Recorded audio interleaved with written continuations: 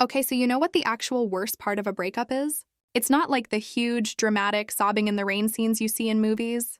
It's the little stuff. It's how my own apartment suddenly felt like I was trespassing. For the first month after Noah left, I was basically just a ghost rattling around the place. I'd float from the couch to the bedroom and back again. For dinner, I'd just stand in the kitchen and eat pickles. Straight from the jar. Because the idea of actually cooking a meal? Might as well have asked me to build a space shuttle. The only sound was my own chewing, and it was so loud it was nuts. At night, I'd just lie there, and the minutes would get all long and sharp. Each one felt like an hour. My body would ache because it wanted to cry, but half the time I couldn't even manage that. I'd just be there, totally hollowed out, eyes wide open in the dark, watching car headlights crawl across the ceiling. During the day, I was putting on a full-blown performance. I'd hop on my work calls, my laptop camera aimed just right so nobody could see the mountain of laundry on my floor, and I'd talk about deadlines and whatever in this voice that didn't even sound like mine. It sounded like it belonged to a person who, showered. A person who wasn't basically decomposing from the inside out. But the second I clicked end meeting, poof. She was gone and the ghost was back. My phone was the enemy, but it was also my only lifeline. My thumb had this sick muscle memory. I wasn't just checking his Instagram. Please. That's amateur hour. My friend had downloaded Strava. Yeah, the running app. I was tracking his runs. I would just stare at that little orange line drawing a map through the city, which was basically just proof that his heart was still working, his legs still moved. Proof he was literally running away from me while I was stuck to my couch. I knew his average mile time. I saw when his friends gave him kudos. It was the most pathetic and creatively painful way to torture myself I could have possibly come up with.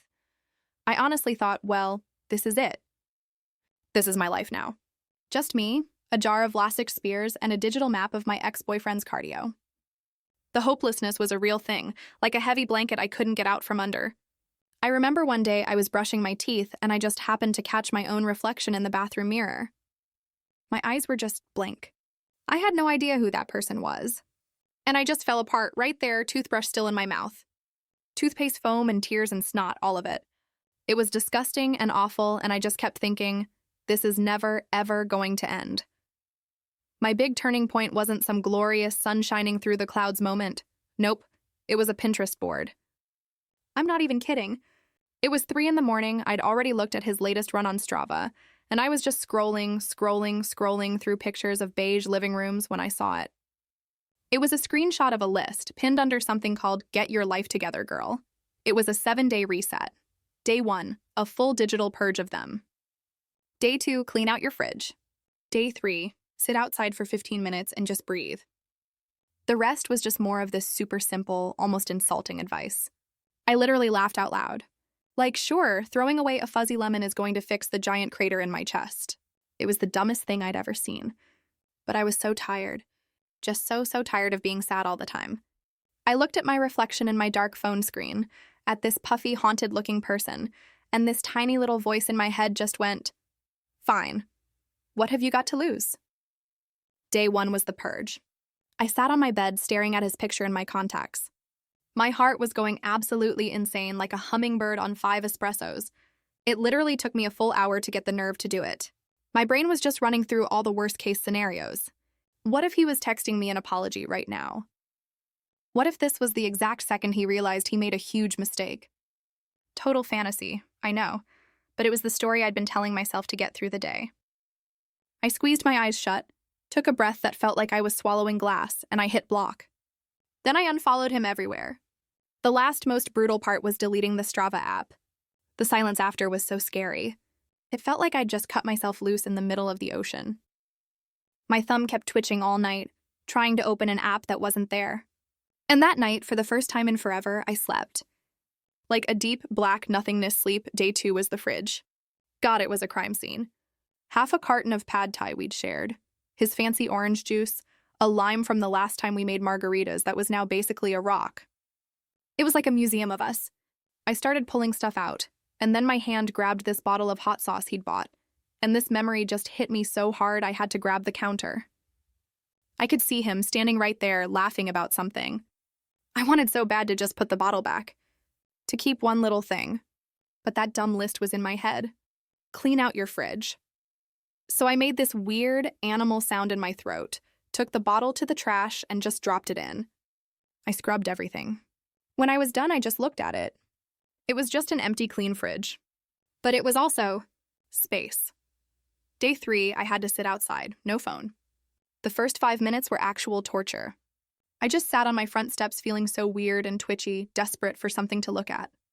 A guy with the same haircut as Noah walked by across the street and my stomach just dropped. I swear my heart stopped. I was so sure it was him. But it wasn't. He just kept walking, and I was left there with my heart pounding. I made myself stay, and then, bit by bit, the world started coming back into focus. I heard an ice cream truck somewhere. I felt the sun on my face. I watched a plastic bag do a little dance in the wind. For 15 whole minutes, I wasn't thinking about him. I was just here. The next few days were kind of fragile. I went to the store and made myself some pasta with butter and salt. It tasted like actual food. I put on a clean sweater. My friend Izzy, who'd been sending me these really nice texts that I'd been ignoring, sent a picture of her dog being an idiot. I almost ignored it again. But then I just typed back, "He's ridiculous." "I miss you," she answered right away. "Coffee tomorrow." My treat. And when we met up, I told her everything. The Strava thing, the pickle dinners, the toothbrush crying. And she didn't give me a bunch of useless advice. She just let me talk. Then she told me about this god-awful haircut she got, and this weird noise came out of me. I think it was a laugh. It felt so rusty. On day 7, I was walking home from the store, not even thinking about the list anymore. I was waiting at a crosswalk and I saw my reflection in a bookstore window. It wasn't some big movie makeover. My hair was a mess, I had no makeup on. But it was me. The ghost was gone. My eyes weren't empty. They were just my eyes. And this quiet little thought just popped into my head, and it had nothing to do with him at all. I wonder if they have that book I wanted to read. It wasn't some huge revelation.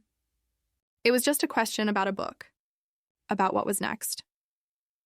Look, I'm not going to sit here and tell you that some dumb 7-day list is going to magically fix you. It's not. Healing isn't a to-do list you can just check off. There are still days I hear a song and it just punches me in the stomach. The sadness is still around, it just doesn't get the whole apartment anymore. But that list, it was something to hold on to in the dark. It just made me do one tiny thing, and then the next tiny thing, until I was actually walking on my own again. So if you're reading this from the floor, feeling like it's all over and you're never going to be okay again, I get it. I'm not going to say it gets better, because that feels like a total lie when you're in it. But I will say this, just do one thing. Don't worry about day 2. Just do day 1. Throw out his gross old orange juice. Or just block his number. It won't fix everything. But it's a start. It's how you start walking back to yourself.